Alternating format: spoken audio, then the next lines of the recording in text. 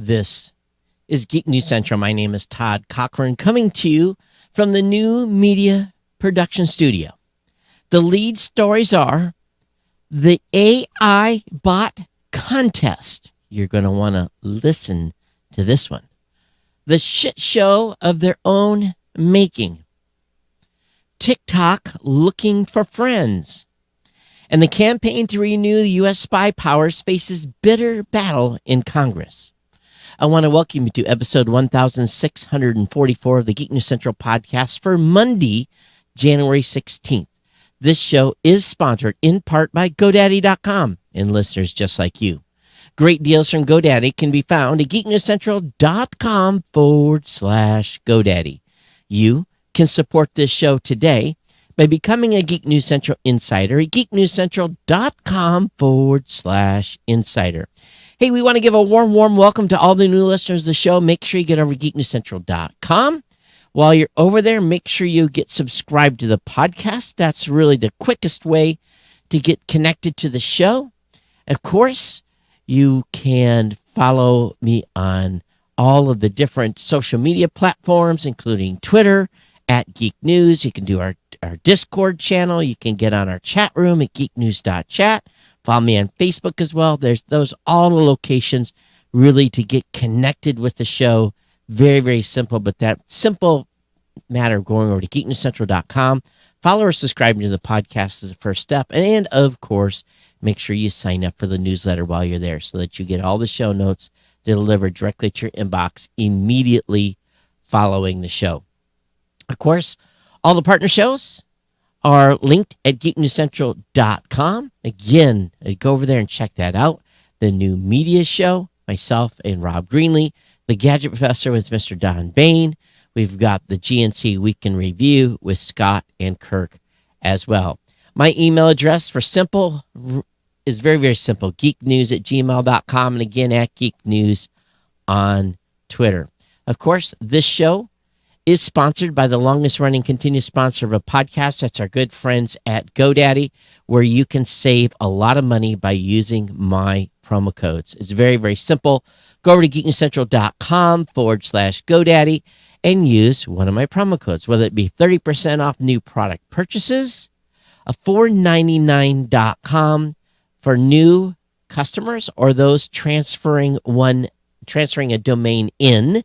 Again, new customers only, new or transfer for new customers, $4.99.com, or my two best hosting deals on the planet, $1.99 a month economy hosting for the first year of the free domain. Again, $1.99 a month economy hosting for the first year with a free domain. $1.99 equates to $24. Get you going here. $2.99 a month for a managed WordPress hosting for the first year with a free domain. $36 really gets you up and has everything where you have nothing. You can get up, you can destroy the site. GoDaddy will recover it for you. $2.99 a month, $36 for that first year, a managed WordPress hosting site, again with a free domain. Free trial, GoDaddy website builder, your choice of personal business and business plus plans. That's a 1-month free trial. Geek News Central listeners save an average of 94% on purchases of GoDaddy hosting accounts, an average of $3.50 on GoDaddy domain names. All my promo codes work. Why you should support the show. Your support keeps this podcast and the independent writing team employed. You're supporting a small team of independent content creators by using one of my promo codes. Your support will keep us online, keep the rent paid, keep the lights on, all that stuff. But again, we want to thank you for support. Share those codes with your friends, family members, people that you know. Again, subscribe to the podcast and get the latest tech news here at geeknewscentral.com. I want to thank GoDaddy for being a longtime sponsor here. Just an absolute continuous run here. And I want to thank GoDaddy for their tremendous support of the show. And thank you for your ongoing support of the podcast as well. If you're watching us on any of the live platforms, give us a shout out.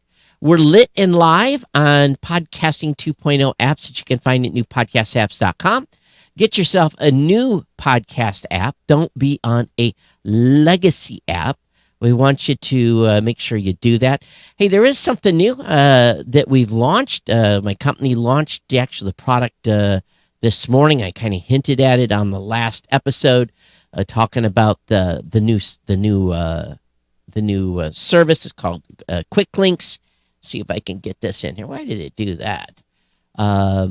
It allows you, if you are a hosting customer with us, to basically have it's kind of a similar to Linktree. Allows you to have a dedicated landing page. You can go to podcast.show/geek news.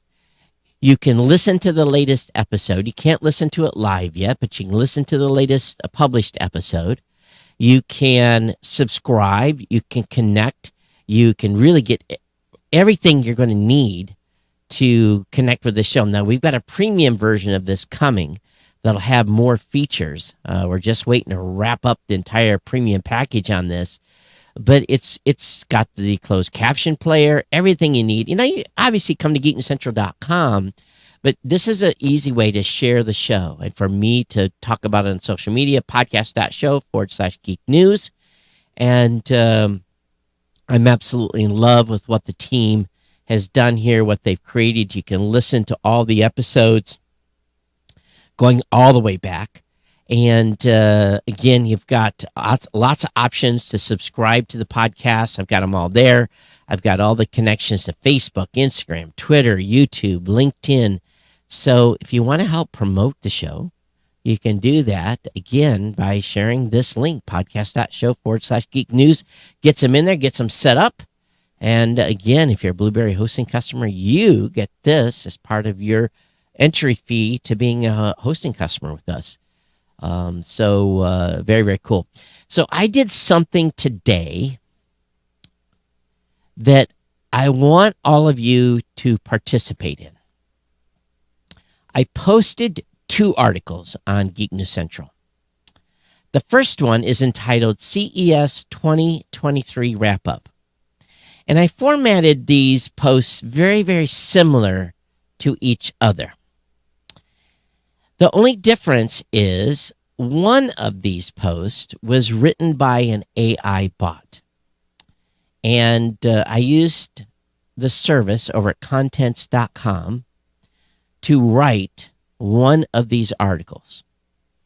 And I did have to do some editing. I probably spent 5 minutes creating the article and about 15 minutes editing, maybe 20 minutes editing the AI created post.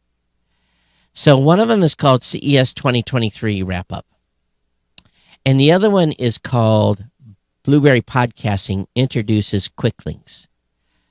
So I want you to check these out and read them and see if you can figure out which of the 2 articles, links will be in the show notes, which of the 2 articles was written by an AI bot. And I retained about 90% of the content from the AI bot.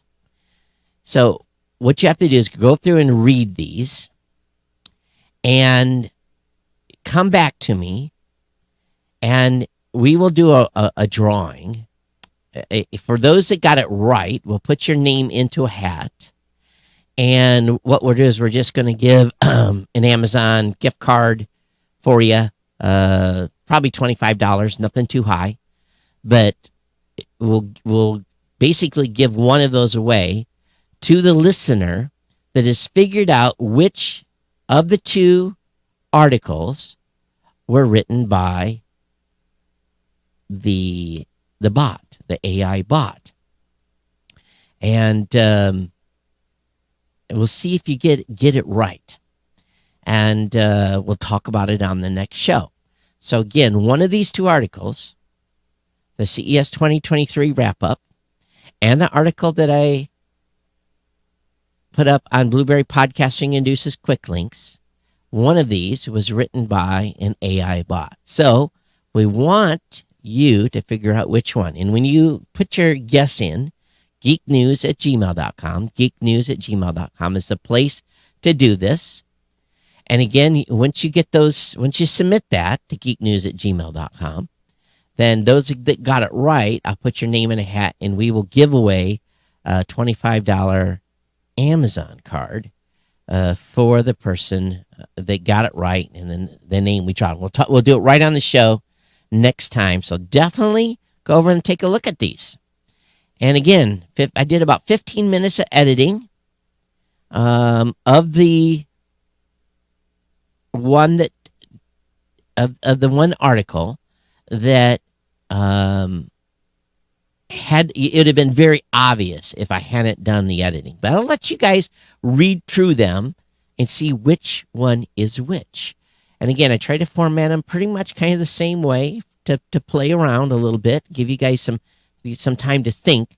But again, this is just a little experiment here to see what you think is the bot and which one is not. So definitely check it out and have a little bit of fun with it. All right, let's go ahead and get into the content tonight. I have a stack of stuff, and there's an article. It's entitled "The Shit Show," and this guy is very, very, very angry, and he uses some strong language in here. He said a prick pulled the plug. And what bothers me most is about how Space Karen did it. He's talking about Elon Musk. So this is the author of Twitterrific. Twitterrific was built upon an API that Twitter had put out. And that API for many years has been on the decline. And this is a classic, and I know he's upset, but this is a classic of why build a business. And I don't know if he made much money from this. Maybe he did. Maybe he didn't. But why do you build your business upon someone else's stack? He says Twitterrific is something that we all poured our love into for the past 16 years. And I'm not usually one to toot my own horn, but we literally crafted their experience of the service. We often hear that folks joined up because of our app. Our work was definitive and groundbreaking. We love this app like I loved my mom. Now, he has also lost his mother just recently, right before Christmas. And again, sorry for your loss. But they pulled the plug on February 13th. And he has nothing positive to say about Elon Musk. And I've often said on this show, and I tell content creators all the time, never, ever, ever build your castle on someone else's property. Because you never know when they're going to pull the plug. And this goes for a situation with some other APIs that are out there. Apple has a podcast API that, they may never pull the plug on it, but so many of the apps that you're listening to this show on have their eggs all in one basket. If Apple ever pulled the plug, your app would basically stop working. A few of the app developers were smart and were able to put in their own databases, but most don't.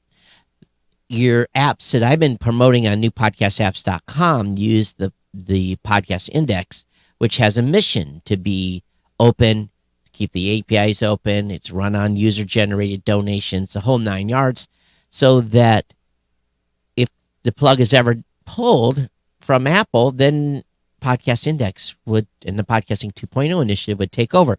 But again, why build something on someone else's castle? It's very dangerous to do so. And here it took 16 years. But Craig Hockenberry's Twitterrific has been basically ruined because he had no other way to tap into the service. Now, I've said for a long, long time, ownyour.com, own your podcast feed.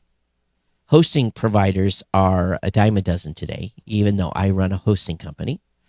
It's the ability to be able to stay alive when someone else dies or someone has a change in business ideas. I don't plan on going out of business anytime soon. but I do have this forethought of keeping things open, being, if we have to pull the plug, people won't have extinction events, people stay online. So he does go into the discussion about Mastodon and what's going on over there.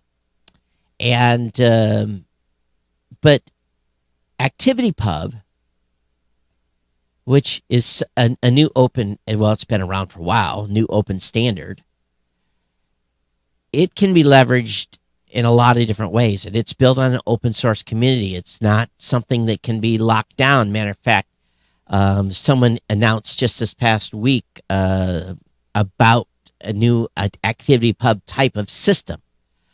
And, but it's all, again, around this protocol. So I think that what we're going to see here is people starting to wake up that they can't put their eggs in someone else's basket. And because they can, again, have a changing business model. And with a flip of the switch, that API can be turned off. So it's an interesting post. And I know he's mad about what happened here. But at the same time, we all know that if you don't own it, anything can happen. Same thing about being on Facebook or being on any of these other services. It just takes a little change and you're out. A changing business model, whatever it may be. So another lesson learned here for people that are building apps that tap into other people's services, that where they can take unless you have a die-hard contract, have a service agreement, have something that guarantees that they ain't going to pull the plug on you, and have an uptime SLA and all those things that go along with it, again, a changing business model can completely usurp anything that you do. So I just found it ironic. I keep seeing instances of this type of stuff all the time. Hey, again, if you're on Facebook, make sure you say hello. Hey, Skip, thanks for checking in.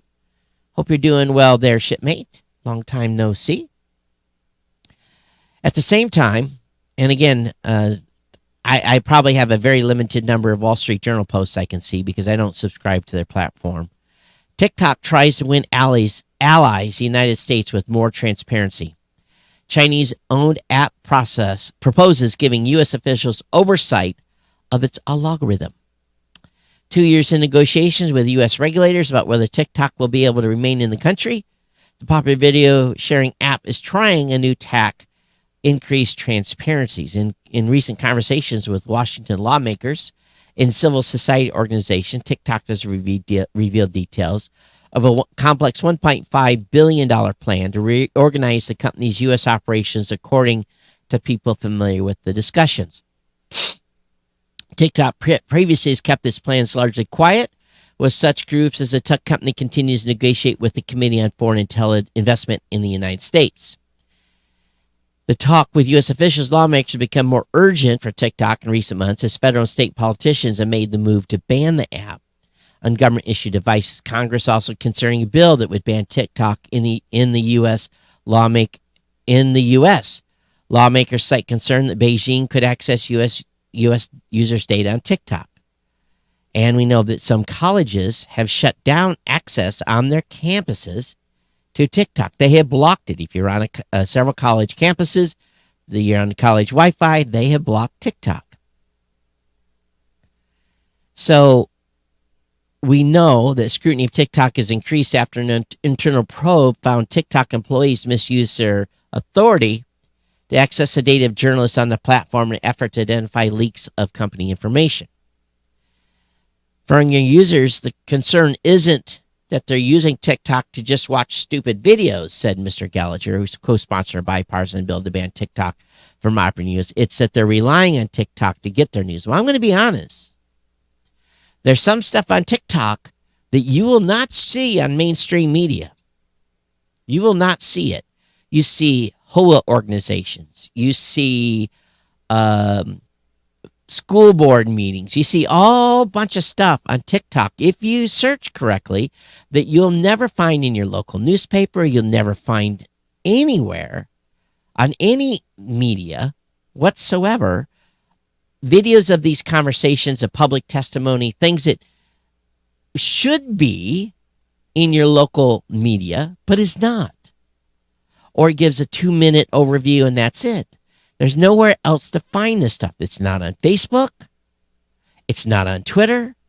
For whatever reason, TikTok is, in my opinion, a great place to find news and information that is basically open town meeting stuff that is being recorded by concerned citizens and then being posted. Yeah, you have lots of fun videos and stuff on there as well. And again, I've said TikTok has invented the perfect time machine. So,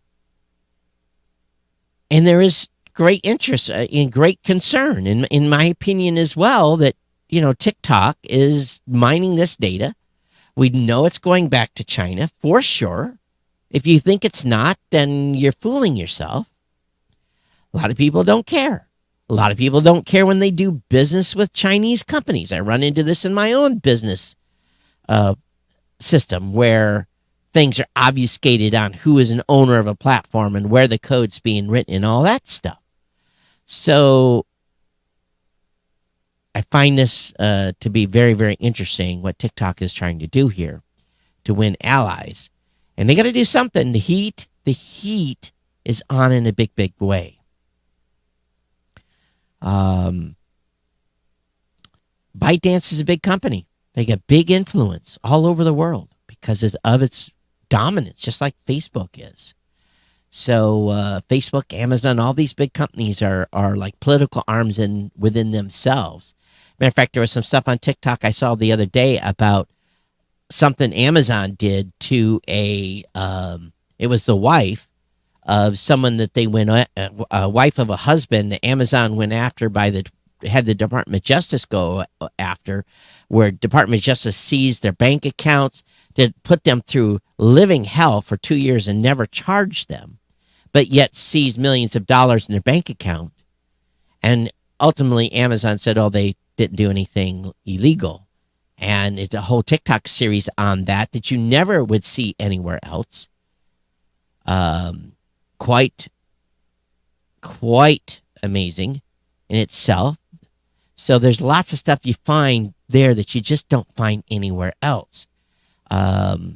You might find it on Facebook if you look hard enough, but oftentimes Facebook masks stuff. You can search for stuff and you still won't find it on Facebook. I will say one thing about TikTok search. TikTok search is pretty doggone good if you're trying to look for a specific topic.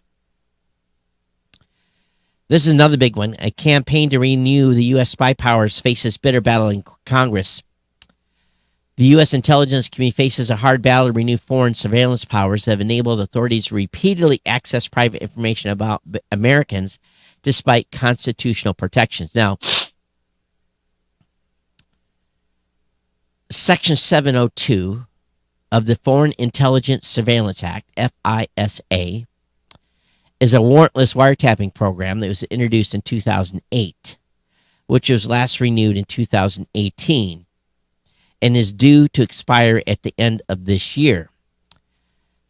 According to U.S. officials, without Section 702, we will lose critical insight into the most significant threats to our nation, said General Paul Nakasone, director of the National Security Agency, in a speech launching the Biden administration's defense of what he described as irreplaceable insights.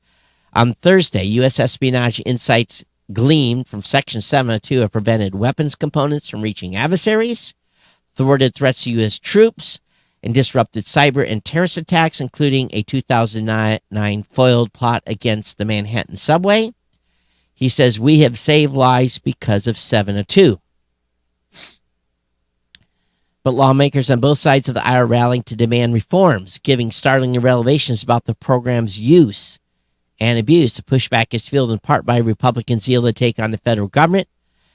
And, of course, the House is already going after certain organizations. A Senate aide told Bloomberg News extending 702 without change is going to be a non-starter in the current Congress. Adding bipartisan members in both chambers made clear that surveillance programs such as 702 of the FISA need significant reforms in order to protect American rights. So while this is important, while the program was intended to collect communications of hundreds of thousands of non-Americans abroad, listen to this, while the program is intended to collect communications of hundreds of thousands of non-Americans abroad for foreign intelligence purposes, is also instantly swept up communications with or about U.S. persons and companies. U.S. intelligence agencies can then search the data trove by such things as American names, cell phone numbers, and email addresses, what known as a U.S. person's queries. Detractors characterize this manner of prying on American details and potentially the communication as a backdoor search. And as a bait and switch, it drives a hole through the Fourth Amendment, says Elizabeth Gostein, Senior Director of Liberty and National Security Program at the Brennan Center for Justice. Now, if you want to tap a phone in the United States, the FBI or federal or state authority has to go get a search warrant. And if they have probable cause, they can get a search warrant. But 702 may have been used as a workaround. The FISA court, which authorizes electronic surveillance to obtain foreign intelligence information and can approve wiretapping requests, has found apparent widespread violations of the rules, including pervasive failure to search the data in a compliant manner. The U.S. Intelligence Committee last year revealed the FBI turned to the communications trove to make searches about Americans as many as 3.4 million times in 2021, up from 1.3 million in 2020. The FBI defended such searches as a means to prevent crime, including cyber attacks, but also describes the FBI's high rate of non-compliance with privacy rules as unacceptable. So, I remember, without going into details about my JOB when I was in the Navy, back in the 80s, I was strictly forbidden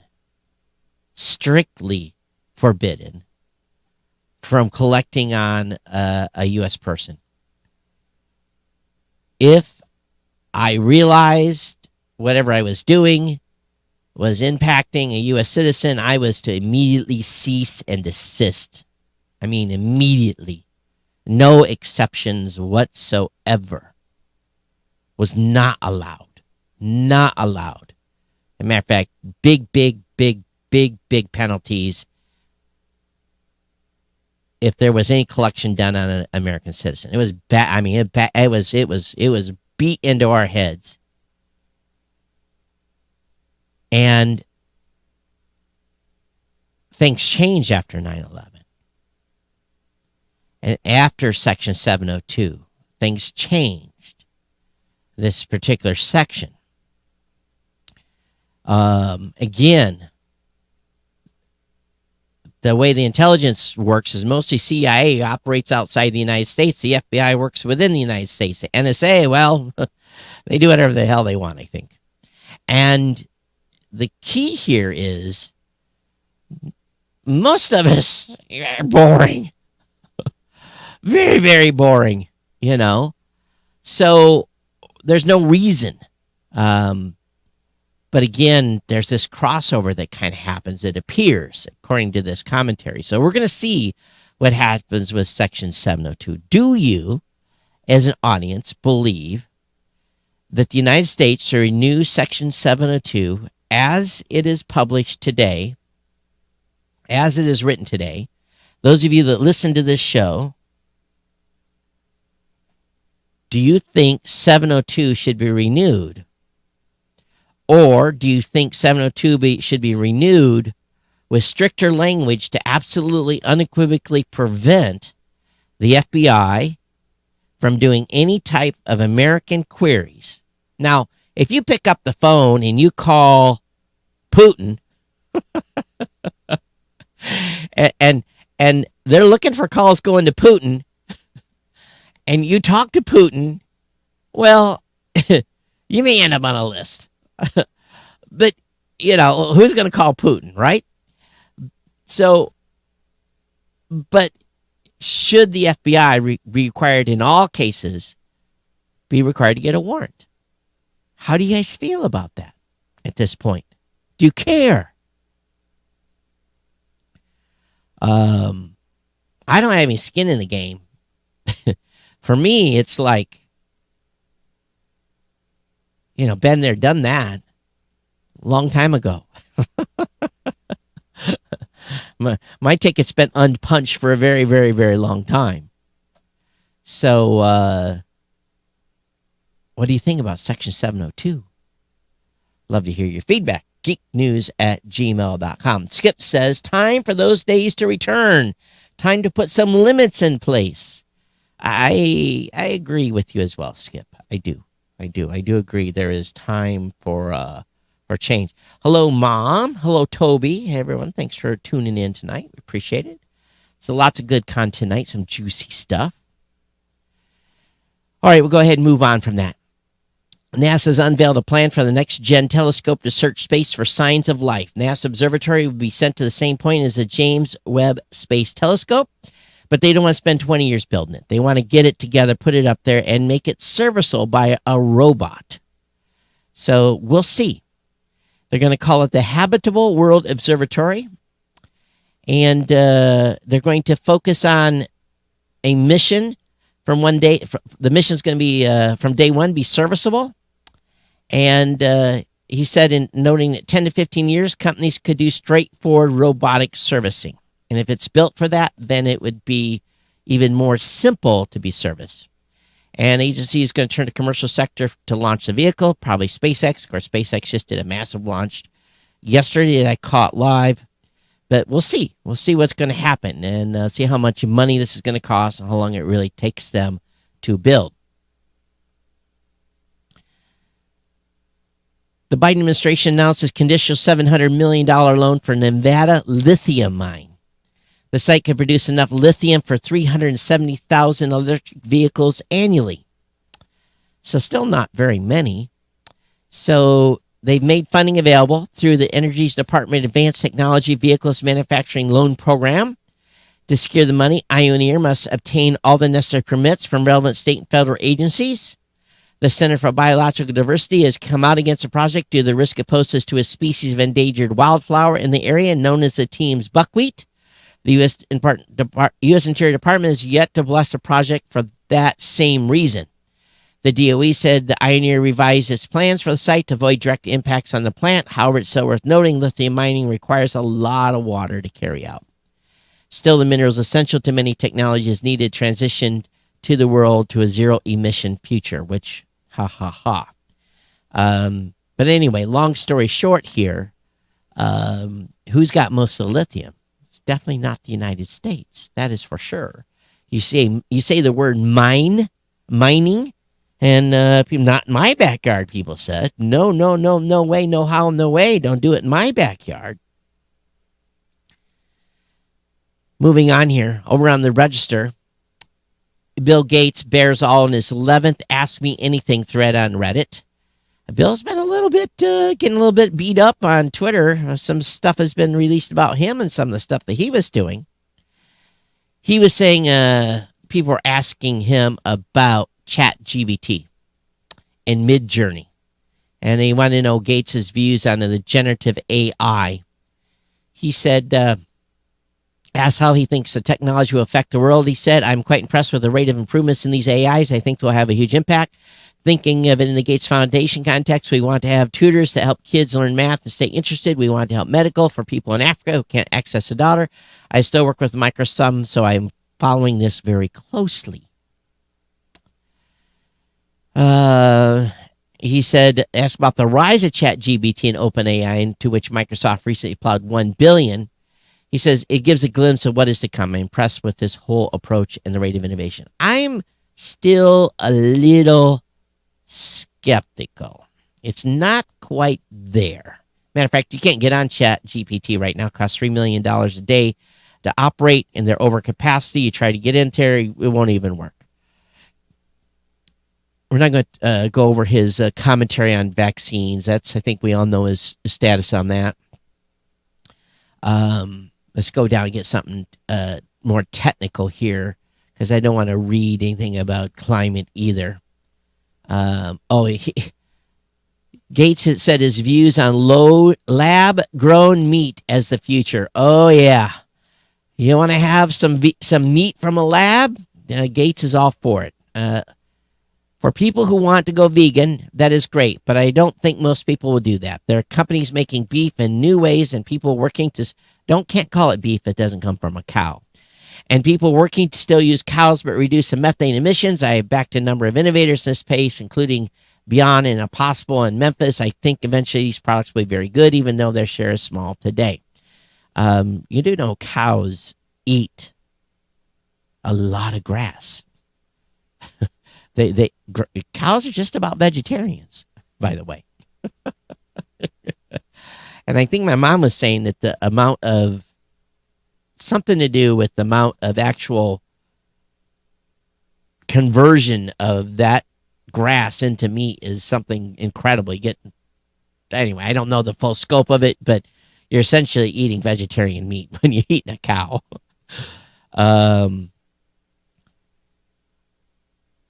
He was asked, why are you buying up so much farmland? Do you think there's a problem with billing your way and how much you can disproportionately acquire? He says, listen to this, I own less than 1/4000th of the farmland in the United States. I have invested in these farms to make them more productive and create more jobs. There isn't some grand scheme involved. In fact, all of these decisions are made by professional investment teams.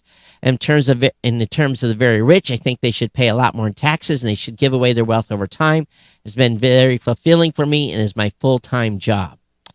So Redditors pointed out that 1/4000th of farmland in the United States is quite a lot. As one put it, 223,825 acres, or almost 350 square miles, almost as big as Fort Worth, Texas. If you think that's right, that 1 of 4,000 people should own all the farmland in the United States, something is very, very wrong. 223,825 acres is nothing to snivel about. My grandfather, God rest his soul, had 160 acres. Do you think that he would be like one of 100,000? I know farms are much bigger than that today. People farm in the 10 to 15,000, 20,000 range. That's still a lot of acres for a farmer, but for one to own 223,825 acres is pretty significant, to be quite honest. One of his favorite dishes, chicken tikka masala. I like that as well. He says it's from Scotland, though it's considered an Indian dish. I didn't know that. His favorite band's U2. And he loved Bono's recent book. And so anyway, that was the Q&A. Q&A. A high-powered laser can be used to steer lightning strikes. For years, people put little lightning rods on top of the roofs. And this is still the case. They've been guiding strikes into the ground since Benjamin Franklin days. But they're short range, roughly the same radius as the height, and fixed in place. Design makes them effective for protecting large areas. This new technology may finally be able to replace them in some situation. European researchers successfully tested a system that uses a terawatt level laser pulses to steer lightning towards a 26-foot rod. It is not limited by its physical height and can cover much wider areas, in this case 590 feet. While penetrating clouds and fog. It fires at about 1,000 pulses per second and is considered more likely to intercept lightning as it forms. In the test conducted between June and September 21, lightning followed the beam for nearly 197 feet before hitting the rod. So I guess if you have a big project that you don't want to get hit by lightning, you can run the laser to drive it to a lightning rod. Very, very interesting what they've done with this. Good YouTube video on it, too. It's a little bit too long to play in the show, but definitely check it out. Link will be in the show notes. YouTube begins testing free ad-supported TV channel hub, but it's mostly old stuff. According to Wall Street Journal, YouTube has initiated talks with entertainment companies in an attempt to feature their shows and movies in a new free channel hub. The information stems from people close to the subject, with the journal stating YouTube may look to launch this new hub at some point in 2023. There are currently more than 20 free ad-supported platforms per information gained by S&P Global Market Intelligence. Many viewers are accustomed to the Roku channel on the Roku device and other platforms such as Tubi and Pluto. A free channel market is widely sought by viewers, especially in a recession. With the data starting was a 4 billion market in 22, with expected to rise to 9 billion in 2026. So we'll see what happens there. So maybe we'll get some free old TV. Lead off Twitter workers must drop class action severance lawsuit, judge says. And it all has to do with their employee contract. It's supposed to go to mediation first. If they deny mediation, then they can go to a class action. Actually, can go to a lawsuit, but not a class action. But anyway, small number of Twitter workers are going to need to drop. I think it was only 4 or 5 of 7 or so that were in the class action. So link will be up in the show notes. OAN, which is a television network, loses key ruling in suit claiming DirecTV broke deal by dropping the network. One American News Network owner lost the ruling. Basically, the lawsuit seemed like an uphill battle because DirecTV didn't take OAN off air while they still had a carriage settlement. Instead, DirecTV waited until the carriage agreement expired and chose not to renew it. And basically, they said that OAN was dropped largely because they were slammed for what they called election fraud lies. So anyway, OAN loses. And if you want to get OAN, I think you have to go to their website and get it privately. In an interesting move in Wyoming Republicans take a stand and want to ban electric cars. They've introduced legislation to phase out new electric vehicle sales by 2035. An uncomplicated bill that expresses the state's goal to phase out sales of new EVs and ask Wyoming industries and citizens to do their civic duty in resisting the EV. Copies of the resolution would be sent to the White House, leaders in Congress, and the governor of California. And the motivation, according to the bill's preamble, is that the oil and gas industry is important to the state with fewer than 600,000 residents. Wyoming is proud of its oil and gas industry, and that gas here presumably means in gasoline and not natural gas referred to in the bill's early sentence, power vehicles that drive on state's vast stretches of highway. The bill's author thinks Wyoming interstate network is too desolate for electric vehicles, particularly since there's no existing EV charging infrastructure. We'll try here in rural Michigan, too. Same deal. No chargers, or very, very few. People are getting pissed, too. I saw like 5 cars hanging out trying to get charged over by like the one of 2 chargers in this town earlier this week. It was very comical because they were all lined up on the street parked waiting for a charger. And it wasn't one of those high-speed ones either. It was one of those like takes 4 hours to charge a car instead of like 30 minutes. Netflix streaming turns 16 today, which explains its non-committal temperament. Netflix streaming is getting into the angsty teenage years.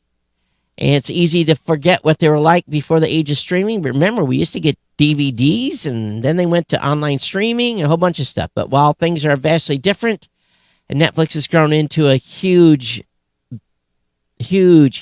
business in the entertainment world, I did notice there was a few new Netflix titles I was interested in watching over the weekend. I was kind of chilling out. But did you know that you can still get DVDs? You can still actually subscribe, despite sites giving us some old knockoff vibes, the Netflix branding beneath the site logo. So you can still get DVDs? Really? Huh. Okay. I guess this is for people with a poor internet connection like me or older folks who are accustomed to physical media. So there's 70,000. They had a maximum of 70,000 DVD titles. So anyway, 16 today, Netflix. Midjourney and DeviantArt face lawsuit over art made using AI tool. Here we go. On Friday, 3 artists filed a proposed class action suit against major AI image generating company Stability AI, DeviantArt, Midjourney, alleging they infringe on copyright laws through the use of a collage tool called Stability Diffusion. Stability Diffusion contains unauthorized copies of millions and possibly billions of copyrighted images. Those copies were made without the knowledge or consent of the artist, the lawyers allege. Stability AI released the text-to-tool image Stable Diffusion in 2022. It was trained on pairs of images and captions scraped from the web. It stores compressed copies of the training images and uses them to recombine the images into new collage artwork. They allege whether the final image resembles the training image does not matter. It competes with the original in the marketplace. So we'll see. Humans cannot help bring their own humanity into art. Art is deeply personal, and AI had just erased the humanity from it, reducing my life's work to an algorithm, said Anderson recently in an op-ed for the New York Times. With an article, she described both how her work had been appropriated for use among the alt-right and the experience of her style's ubiquity in the realm of AI generative art. Really? Okay. Well, we'll see where this one goes. NASA has captured a star eaten by a black hole 3 million light years away. And basically, you got a star, then you have a black hole, apparently, and then it turns into this thing, in this illustration. I guess they don't have the actual images because I guess we wouldn't understand it, so they had to illustrate how it happened. But the event was first caught by the All-Sky Automated Survey for Supernova program, working at the Ohio State University. So, pretty close to Earth, considering 300 million light years away. I'll let you that are interested in this topic read the show notes. I'll read the article completely. Teslas are getting cheaper. People are saying that Elon's up against the wall. Tesla cut prices by 20% on its models. The EV maker wants to spur demand as rising interest rates pose challenge. Oh man, I heard people getting new cars paying 9% right now. Remember when car manufacturers were offering 0% financing? 9%, ladies and gentlemen. New car sales are going to be in the crapper. So if you're in the market for a new Tesla, this may be the moment, especially if you have cash. The EV firm has cut prices, including the Model Y SUV and the Model 3, by up to 20% across U.S. and Europe. Apparently, people in China were outraged, and they're in there demanding a refund. Well, if you have bought a car and you sign a contract, good luck on that. But who knows what happens in China. Asia, of course, rules the mobile world. More users, more often generating more cash. Chinese developers cashing in as the region buys into TikTok and games, of course. The people of Singapore and South Korea surpassed an average of 5 hours per day in mobile apps, while Australia, India, and Japan and Thailand spend just a little less gazing at their black mirrors. Resident China still came in 18th place and spent an average of 3.6 hours looking at their phone. And so TikTok is ruling in China, as well as an app called Kawaii. Gaming is big, e-commerce and food delivery, social, and apparently TikTok's figured out the monetization game. So I've never bought anything on TikTok. I don't know how that works. Twitter starts auction to flip the bird. Furniture, pizza ovens, gadgets galore. You can bid on stuff starting tomorrow, starting the 17th. So you got to get registered. And you bid between January 17th and 18th. Lot winners need to retrieve the loot between January 23rd and February 2nd. So I guess Oh, items will also attract an 18% buyer's premium and sales tax at 8.63. So if you buy anything, you're going to pay 26.3% in tax. Oh, my goodness. But don't let that deter you from bidding. Your correspondent bid in the auction of an IBM Australia art collection just paid $30 for a print of Thomas Watson Jr. and a very Mad Men pose alongside the System 360. So I guess there's a whole bunch of weird stuff. There's 102 chairs, 97 tables, 42 stools are for sale. There are artificial plants. So if you find anything good, I might have somebody in California that would pick them up. Most items are starting at between 25 and 50 bucks. I'd like to get some like Twitter logo stuff. I'd like to see some of that. That would be cool. If they would allow shipping, that would even be better. So anyway, link will be up in the show notes on that. This AI stuff. AI lawyer to fight first legal case in court, a startup claims. In a brief, an AI language model is apparently going to be used during an upcoming legal hearing to defend someone in a real case. The goal is to demonstrate that AI can replace lawyers, according to CEO of consumer right-focused startup Do Not Pay. Large language models generate text and learn to model the relationship between words after having been trained on web pages scraped from the internet. Unfortunately, their outputs often have to be steered away from producing information biased and discriminatory. Do Not Pay CEO Joshua Browder, however, believes the technology is ready for prime time. He claims to have pursued some idiot, to represent themselves with an AI chatbot. The defendant will reportedly wear earbuds that will stream audio snippets regurgitating legal arguments produced by a language model. They will repeat verbatim during a legal hearing over Zoom. The stunt will involve GPT-J, an open source language model released by Eleuther, a collective made up of AI researchers and developers, according to Politico. Browder declined to reveal any more details about the robot lawyer case scheduled for next month over fears the stunt could be thwarted by judges. He's gone as far to offer $1 million to any lawyer to use AI in an upcoming Supreme Court case. Okay. We will see. Would you allow an AI to represent you in court? Maybe if it was over a traffic ticket. That's about it. There's no way on this earth, if I needed a lawyer for a legal hearing, would I let some AI bot spew answers to me to give to a judge? Not a chance. Not a chance. All right, if you joined us late live, we have 2 articles on Geek News Central that were just written, one by a bot, one by me. And I want you to figure out which one it is. It's the Quick Links article and the CES 2023 wrap-up article. One of those was written by a bot. You tell me which one. Emailing me at geeknews@gmail.com. Those that guess right will be put in the pool for a $25 Amazon card. Very, very simple to get involved. geeknews@gmail.com. Take your shot. Let me know. Tell me which one you think was written by a bot. And on the next show, we will award the winner randomly and go from there. All right, it's been my pleasure to bring you a show today. geeknews@gmail.com. geeknews@gmail.com. At Twitter @geeknews. And someone sent me a comment today, said I talk too fast during the show. Am I talking too fast? Faster than normal?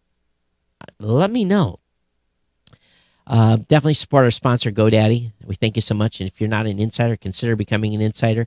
And if you're not using a new podcast app at newpodcastapps.com, get over and get one now. Get into this new evolution, this new revolution. Listen to the show live on the app when I'm live. And at the same time, you can donate by the minute by donating 100, 200, 300, 500 Satoshis a minute, or make a Boostgram announcement to the show. It's a great way to get engaged.